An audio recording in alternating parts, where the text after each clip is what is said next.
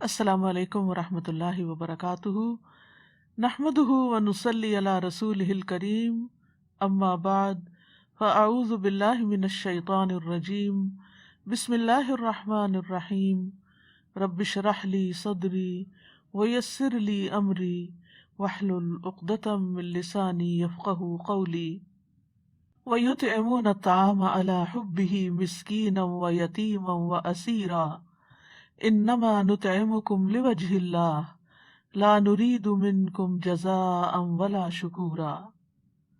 اور وہ کھانا کھلاتے ہیں اس کی محبت میں مسکین اور یتیم اور قیدی کو، اور کہتے ہیں ہم تو صرف اللہ کے چہرے کی خاطر تمہیں کھلاتے ہیں، نہ تم سے کوئی بدلہ چاہتے ہیں اور نہ شکریہ۔ دنیا میں دو طرح کے لوگ پائے جاتے ہیں، ایک وہ جو صرف اپنے بارے میں سوچتے ہیں، اپنے مفاد کے سوا کسی اور چیز کی خبر نہیں رکھتے، وہ صرف ان کاموں میں دلچسپی رکھتے ہیں جس میں ان کا کوئی ذاتی فائدہ ہو۔ ایسے لوگ احساس سے عاری اور بے رحم ہوتے ہیں۔ دوسری طرف وہ لوگ بھی ہیں جو خود ضرورت مند ہوتے ہوئے بھی دوسروں کی ضرورت پہلے پوری کر دیتے ہیں، اپنی ذات پر دوسروں کو ترجیح دیتے ہیں، دوسروں کو پہنچنے والی تکلیف انہیں گراں گزرتی ہے، اپنے جذبات کے ساتھ دوسروں کے جذبات کا بھی لحاظ رکھتے ہیں۔ ایسے لوگ اس زمین پر اللہ کی مخلوق کے لیے نعمت ہیں۔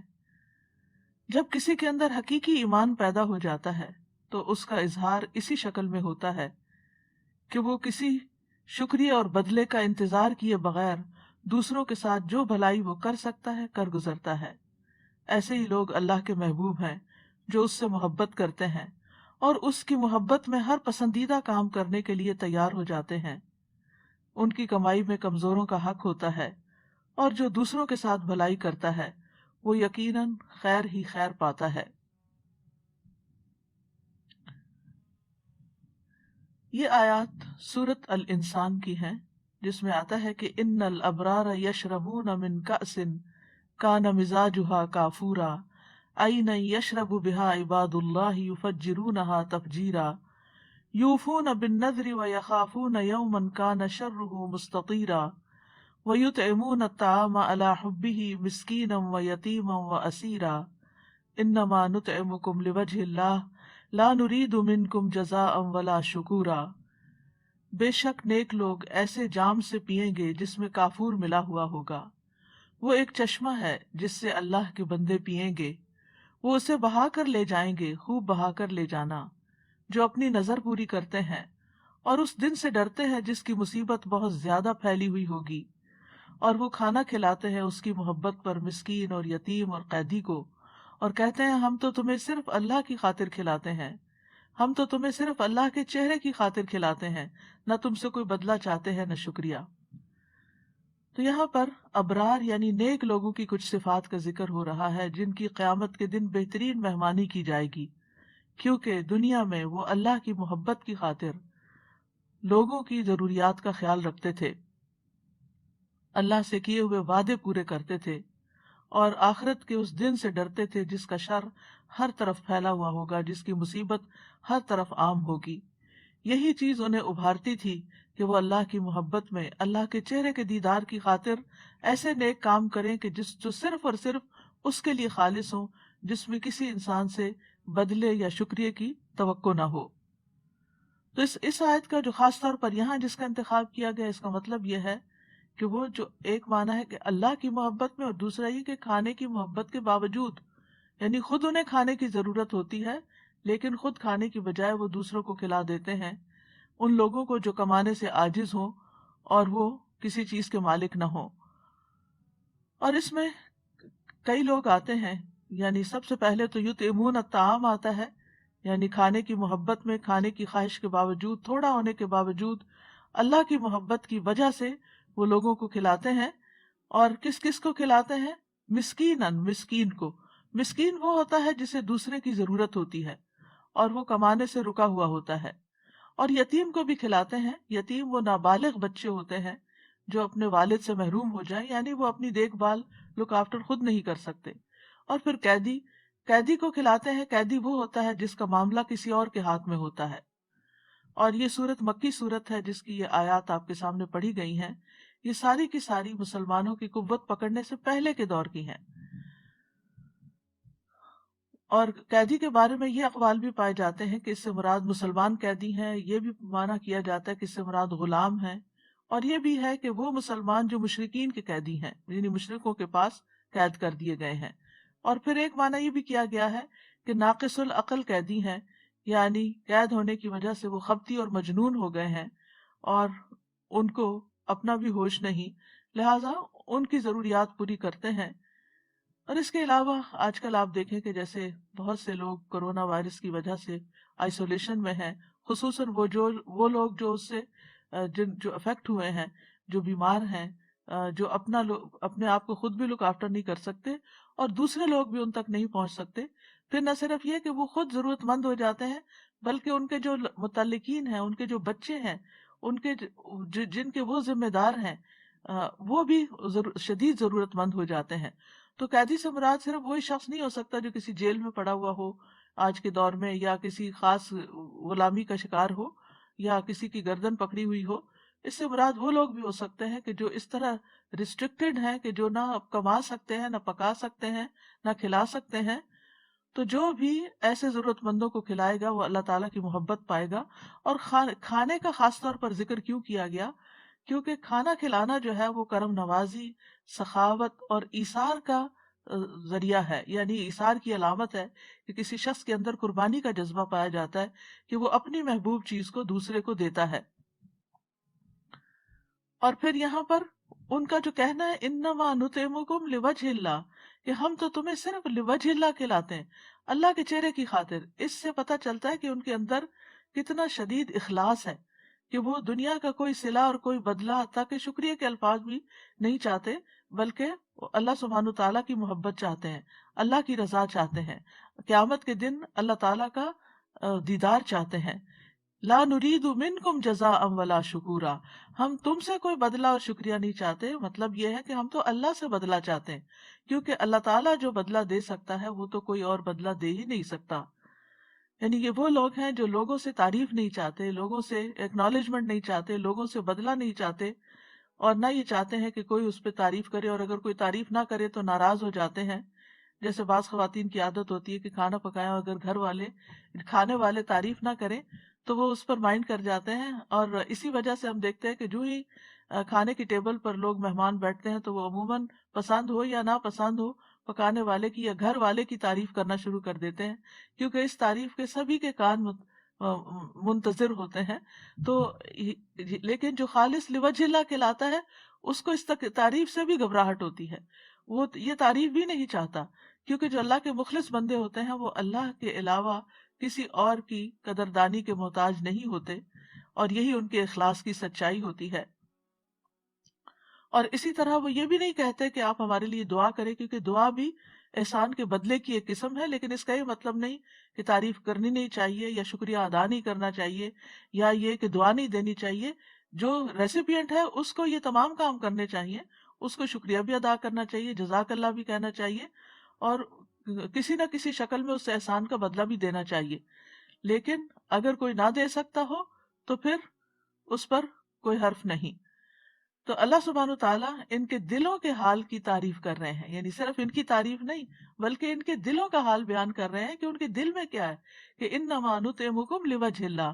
مجاہد کہتے ہیں انہوں نے یہ بات کہی نہیں تھی، یعنی زبان سے کسی کو اعلان نہیں کیا تھا کہ ہم صرف اللہ کے چہرے کی خاطر کھلا رہے ہیں، لیکن اللہ نے ان کی اس بات کو جان لیا کہ واقعی وہ اللہ کی خاطر کرنا چاہتے ہیں، اور ان کی تعریف فرمائی تاکہ وہ اور زیادہ نیک عمل میں رغبت کریں. کھانا کھلانا ہمارے دین میں ایک پسندیدہ کام ہے. اللہ سبحانہ تعالیٰ کی صفت ہے کہ وہ کھلاتا ہے اور اپنے بندوں کے لیے بھی پسند کرتا ہے کہ وہ دوسرے بندوں کو کھلائیں. قرآن مجید میں آتا ہے کل اغیر اللہ اتخذ ولیا فاطر السماوات والارض وہو یطعم ولا یطعم، کہہ دیجئے کیا میں اللہ کے سوا کوئی اور دوست بناؤں جو آسمانوں اور زمین کو پیدا کرنے والا ہے حالانکہ وہ کھلاتا ہے اور اسے کھلایا نہیں جاتا. ابراہیم علیہ السلام نے اپنے رب کی جو تعریف کی تھی وہ کیا تھی؟ الذی خلقنی فہو یہدینی والذی هو یطعمنی ویسقینی، وہ جس نے مجھے پیدا کیا پھر وہی مجھے راستہ دکھاتا ہے. وہی ہے مختلف طرح کے کھانے پیدا کیے ہیں، سمندر کی مچھلیوں کی غذا اور ہے، پرندوں کی غذا اور ہے، وحشی جانوروں کی غذا اور ہے، انسانوں کی غذا اور ہے، اور انسان بھی جو دنیا کے مختلف خطوں پہ رہتے ہیں ان کی اپنی اپنی پسند۔ فَلْيَنظُرِ الْإِنسَانُ إِلَىٰ طَعَامِهِ، اوپر سے پانی برسایا یعنی کیسے انتظام کیا، پھر عجیب طرح سے زمین کو پھاڑا تو اس میں سے ہم نے اناج اگایا اور انگور اور ترکاریاں اور زیتون اور کھجور اور گھنے باغات اور پھل اور چارہ بھی اگائے، یہ سب کچھ تمہارے اور تمہارے مویشیوں کے لیے زندگی کا سامان ہے۔ کیونکہ کھانا اس لیے بھی بڑا عام ہے کہ اس پر انسان کی زندگی قائم ہے، انسان نہ کھائے بھوکا رہے تو بھوک سے موت بھی واقع ہو سکتی ہے۔ پھر اسی طرح اللہ سبحانہ تعالیٰ نے مختلف طرح کی غذائیں ہمیں فراہم کی اور دوسروں کو کھلانے کا بھی حکم دیا۔ وہی تو ہے جس نے دونوں طرح کے باغات پیدا کیے، ایک وہ جن کی بیلیں چھپروں پہ چڑھائی جاتی ہیں، دوسرے وہ درخت جو خود اپنے تنے پہ کھڑے ہوتے ہیں، نیز کھجوریں اور کھیتیاں پیدا کی جن سے کئی طرح کے معقولات حاصل ہوتے ہیں، نیز اس نے زیتون اور انار پیدا کیے جن کے پھل اور مزے ملتے جلتے بھی ہوتے ہیں اور مختلف بھی۔ جب یہ درخت پھل لائیں تو ان سے خود بھی کھاؤ اور فصل اٹھاتے وقت ان میں سے اللہ کا حق بھی ادا کرو، یعنی دوسروں کو بھی کھلاؤ، اور بے جا خرچ نہ کرو کیونکہ اللہ اسراف کرنے والوں کو پسند نہیں کرتا۔ زکوٰۃ اور فطرانے کی ادائیگی میں بھی کھانا کھلانے کو مد نظر رکھا گیا، یعنی اور اسی طرح کفاروں میں بھی کھانا کھلانے کو فرض کیا گیا، قتل کا کفارہ ہو، زہار کا کفارہ ہو، رمضان میں دن میں جماع کا کفارہ ہو، اور اسی طرح شکار کرنا جہاں ناجائز ہو وہاں اگر انسان شکار کر لے اور اس جیسا جانور نہ ملے تو اس کی قیمت کے ساتھ مساکین کے لیے کھانا خریدا جائے گا، اور قسم کے کفاروں میں بھی 10 بندوں کو کھانا کھلایا جائے گا۔ احرام کی پابندیوں میں سے کسی نے پابندی توڑی، کسی پابندی کو توڑنے کی صورت میں فدیہ 6 مسکین کا کھانا بھی ہوتا ہے۔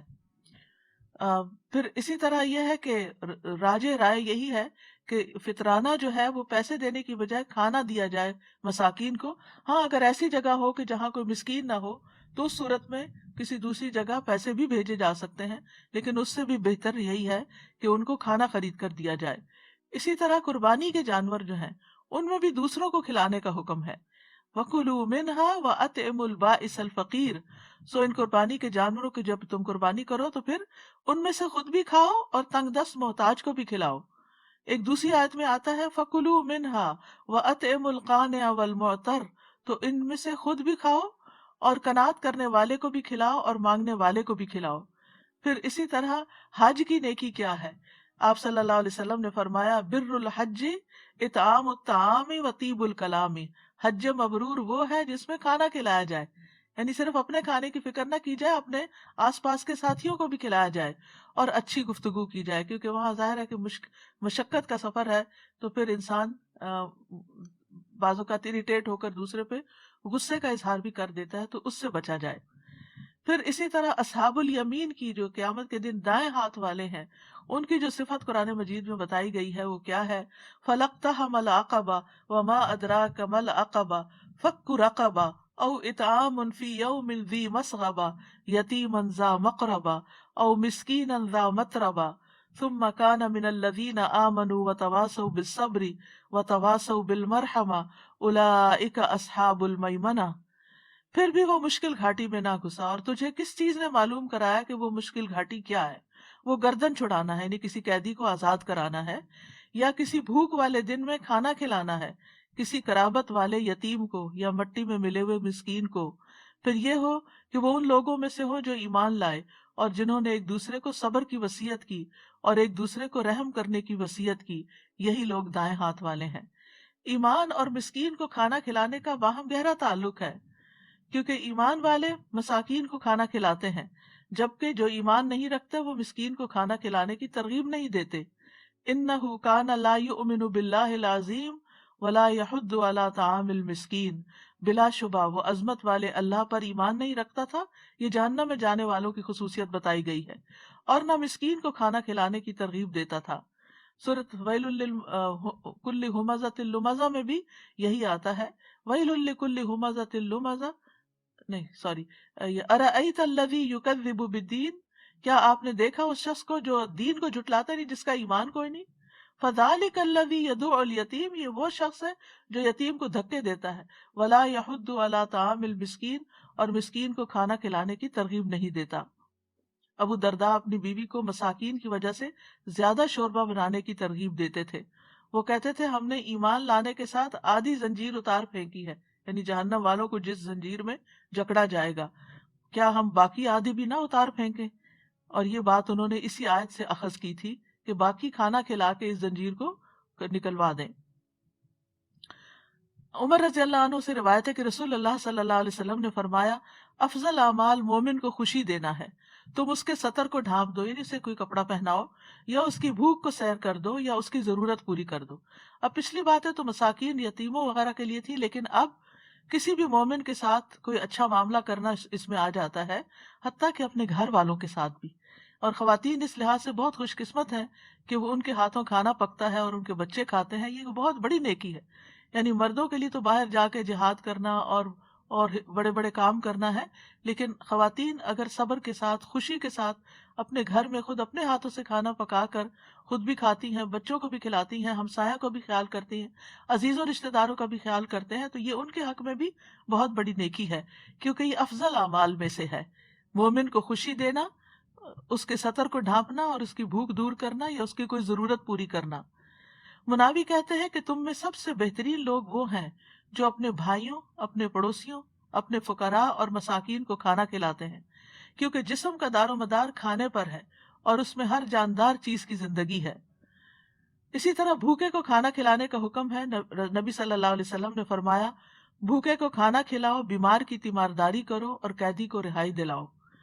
ایک اور جگہ پر بھی محبوب اعمال کا جو ذکر آیا، اس میں ابن عمر کہتے ہیں کہ ایک آدمی نبی صلی اللہ علیہ وسلم کے پاس آیا اور کہا اے اللہ کے رسول، کون سے لوگ اللہ کو زیادہ محبوب ہیں اور کون سے اعمال اللہ کو زیادہ پسند ہیں؟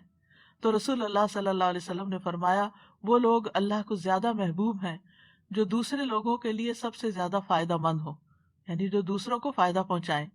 اور اللہ عز و جل کے نزدیک سب سے زیادہ پسندیدہ اعمال یہ ہے کسی مسلمان کو خوش کرنا، یا کسی کی تکلیف دور کر دینا، یا اس کا قرضہ ادا کر دینا اور اس سے بھوک کو دور کر دینا، یعنی کھانا کھلانا۔ اسی طرح ایک اور جگہ پر بہترین لوگوں کے بارے میں آتا ہے۔ حمزہ بن صہیب اپنے والد سے روایت کرتے ہیں کہ عمر رضی اللہ عنہ نے صہیب سے کہا تم اچھے آدمی ہو، کاش تم 3 صفات تم میں نہ ہوتی۔ صہیب نے کہا وہ کون سی ہیں؟ عمر رضی اللہ عنہ نے کہا تم نے کنیت رکھی ہوئی حالانکہ تمہاری اولاد نہیں، تم عرب کی طرف منسوب ہو حالانکہ تم رومی ہو، تم کھانا کھلانے میں اسراف سے کام لیتے ہو۔ صہیب نے کہا آپ کا یہ اعتراض کہ میں نے کنیت رکھی ہوئی حالانکہ میرا کوئی لڑکا نہیں، تو اس کا جواب یہ ہے کہ رسول اللہ صلی اللہ علیہ وسلم نے خود میری کنیت ابو یحییٰ رکھی تھی۔ آپ کا دوسرا اعتراض کہ میں نے اپنے آپ کو عربوں کی طرف منسوب کر رکھا ہے حالانکہ میں ان میں سے نہیں، رومی ہوں، تو اس کا جواب یہ ہے کہ میں قبیلہ نمر بن قاصد سے ہوں، رومیوں نے مجھے موصل سے قید کر لیا تھا، میں اس وقت نوجوان تھا اور اپنا نسب پہچانتا تھا۔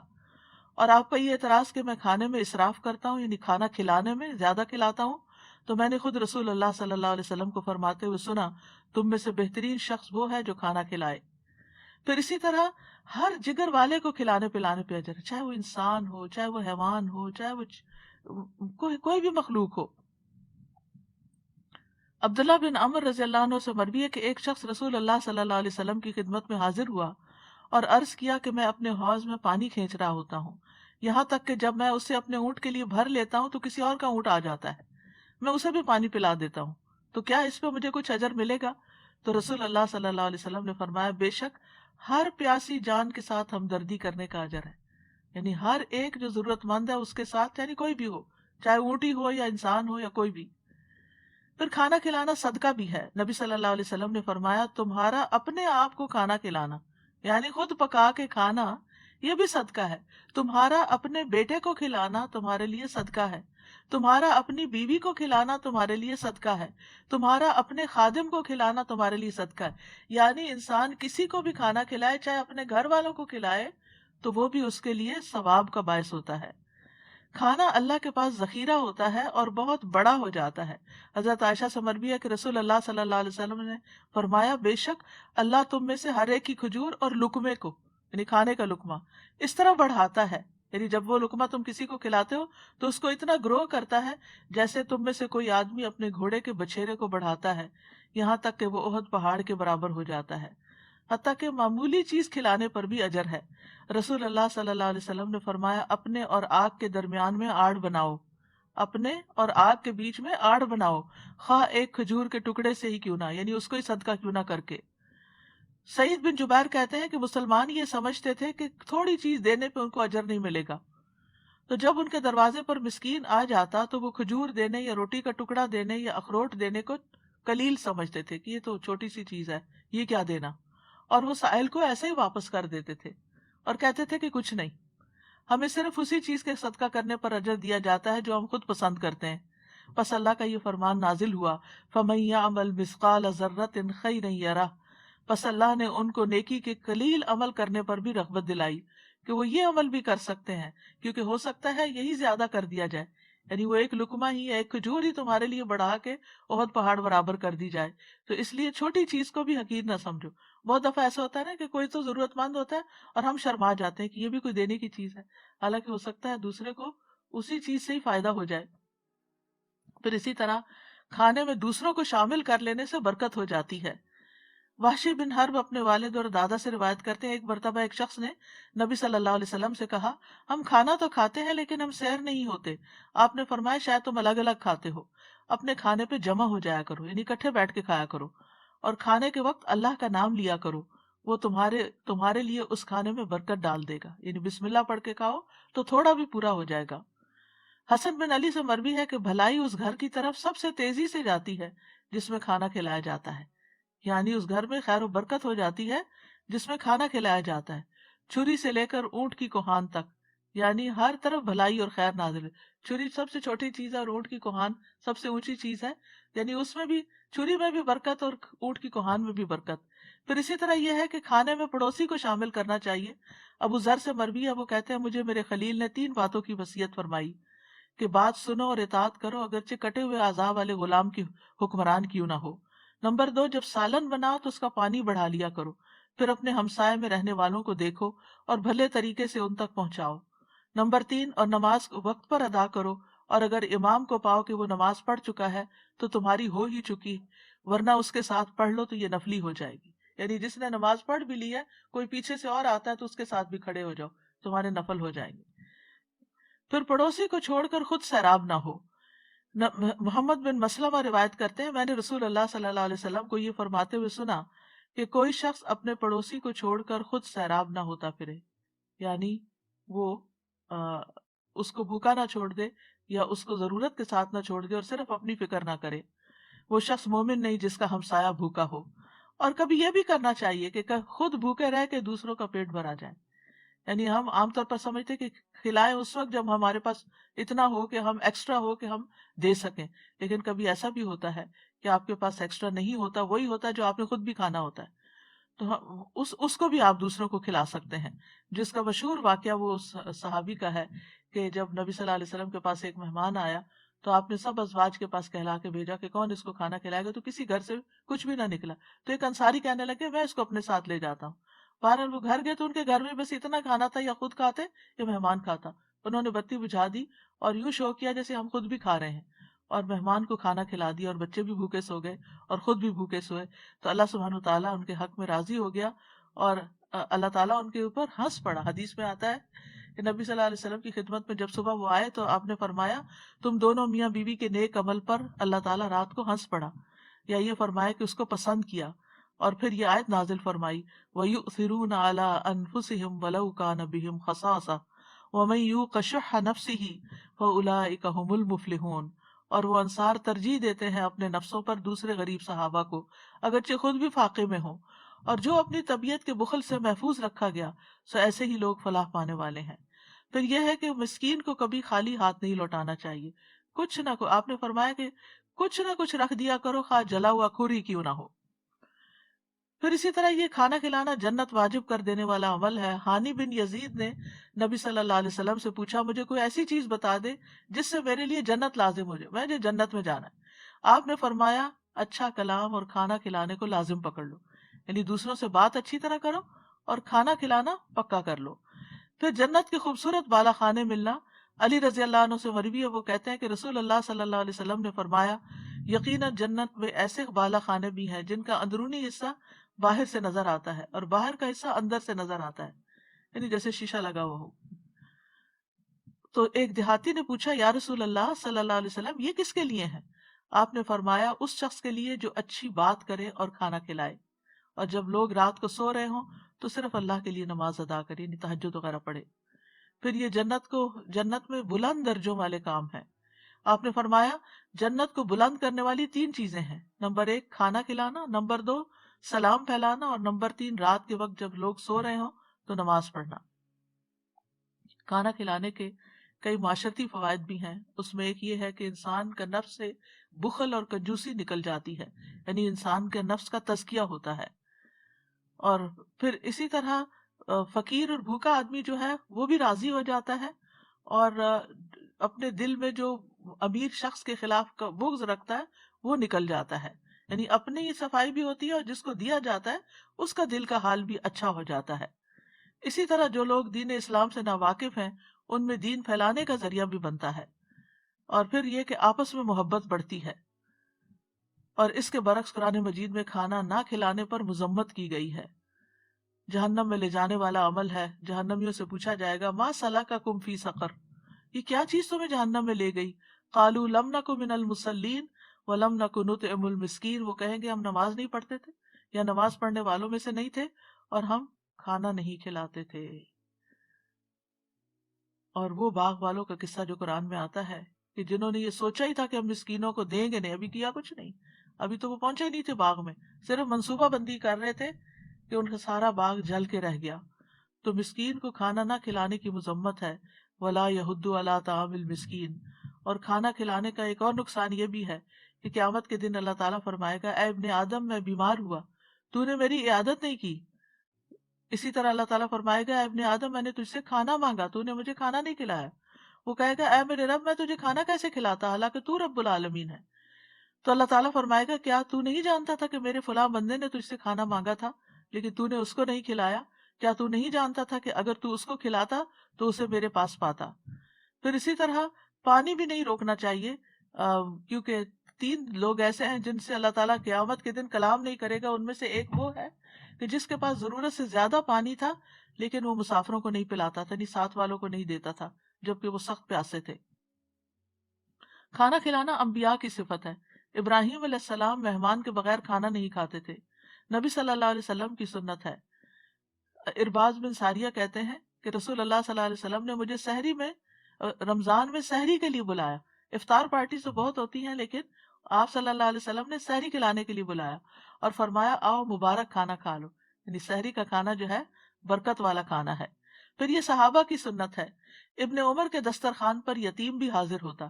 ایک دن انہوں نے اپنا کھانا منگوایا اور یتیم کو بھی بلا لیا، یتیم وہاں نہیں تھا۔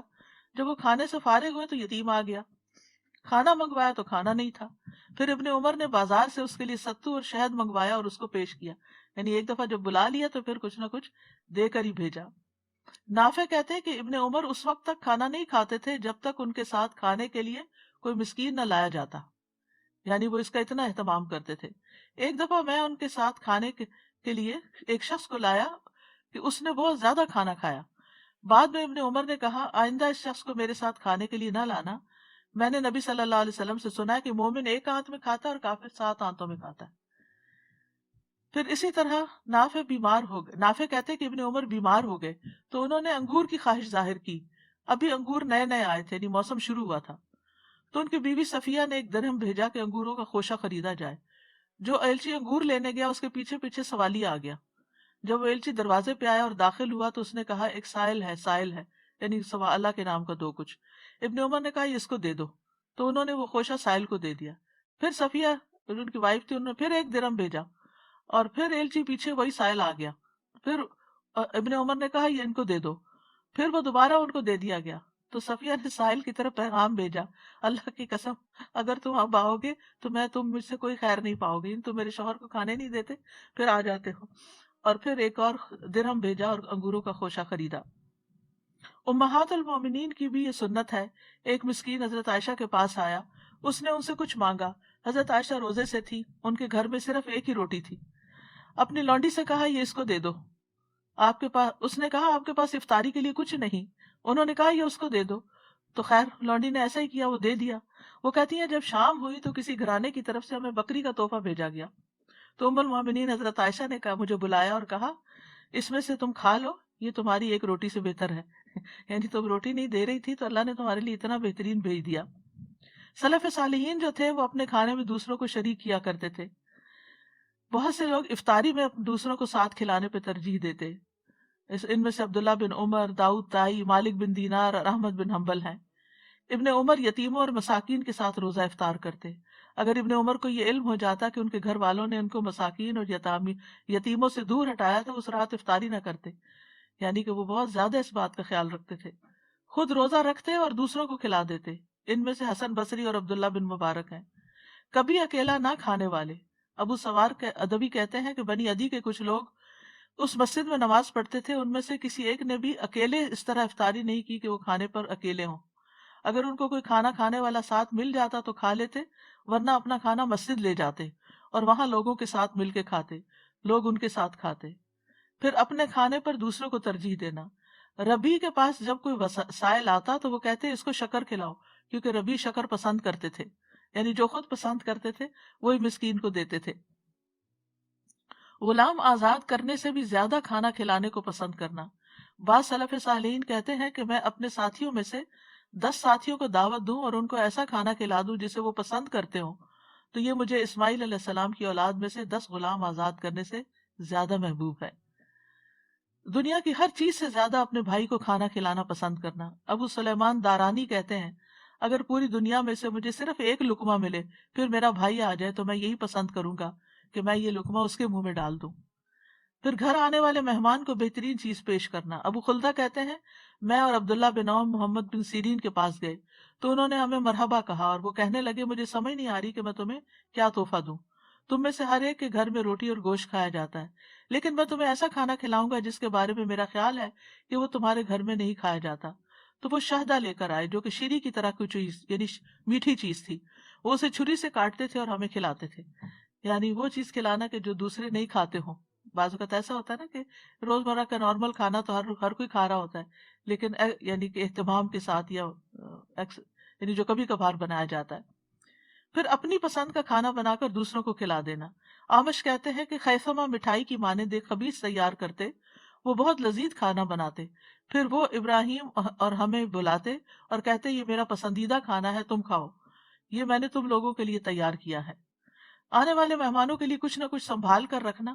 جب حسن کے پاس ان کے بھائی آتے تو ان کے پاس جو کھانا موجود ہوتا وہ اسے اپنے بھائی کے پاس لے آتے، اور کبھی کسی سے کہتے کہ چارپائی کے نیچے سے یہ ٹوکری نکالیں، وہ اس کو نکالتے تو اس میں کھجوریں ہوتی، وہ اسے کہتے میں نے یہ کھجوریں آپ کے لیے رکھی ہوئی تھی کہ آپ کھائیں۔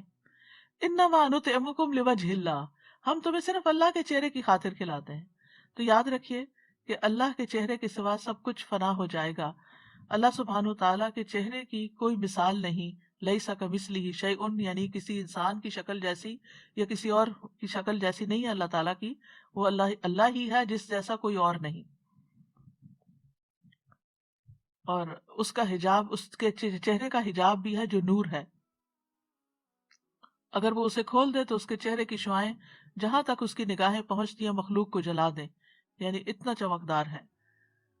اور پھر اللہ کے چہرے سے عظیم کوئی چیز نہیں۔ اعوذ بوجہ اللہ العظیم الذی لیس شیء اعظم منہ۔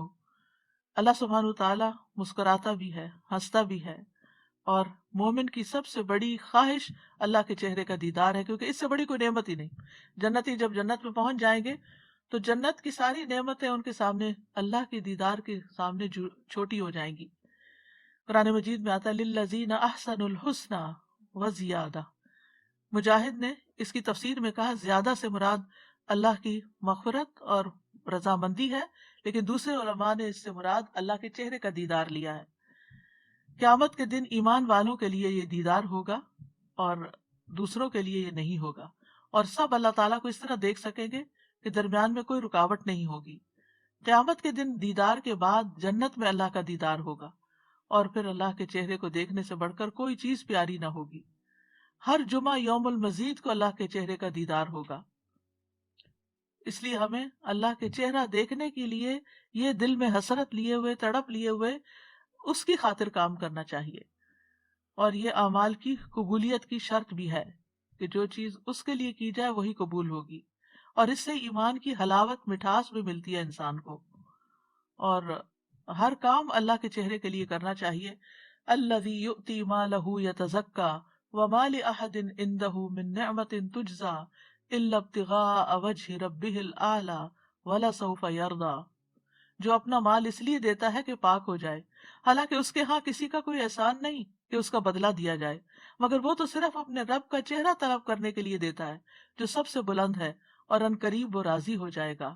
یعنی جو اللہ کے چہرے کی خاطر کوئی نیک کام کرے گا، اللہ اس سے راضی ہو جائے گا۔ اس لیے نماز ہو یا روزہ ہو یا زکوٰۃ ہو یا صدقات ہو، کچھ بھی خرچ کریں، یہ سب اللہ کے چہرے کی خاطر ہونا چاہیے۔ فآت ذا القربى حقه والمسكين وابن السبيل ذلك خير للذين يريدون وجه الله وأولئك هم المفلحون، پس قرابت والے کو اس کا حق دو، مسکین کو اور مسافر کو، یہ ان لوگوں کے لیے بہتر ہے جو اللہ کا چہرہ چاہتے ہیں، اور وہی فلاح پانے والے ہیں۔ اور اسی طرح جو بھی کسی کو کچھ دے، چھوٹی نیکی کرے بڑی نیکی، دل میں یہی ہو کہ میں اللہ کو دیکھنا چاہتی ہوں، چاہے قرآن پڑھنا ہو، چاہے پڑھانا ہو، چاہے ذکر کرنا ہو، چاہے لا الہ الا اللہ پڑھنا ہو، چاہے نیکی کے مسجدوں کی طرف جانا ہو، نیکی کے کام کرنے ہو، اللہ کی راہ میں جد و جہد کرنی ہو، اللہ کے لیے کوئی نظر ماننی ہو، صبر کرنا ہو، غصہ پینا ہو، دوسروں کو معاف کر دینا ہو، یہ سب کچھ اللہ سبحانہ تعالیٰ کا چہرہ چاہتے ہوئے ہی کرنا چاہیے، حتیٰ کہ اپنی ذمہ داریاں پوری کرنے کے لیے۔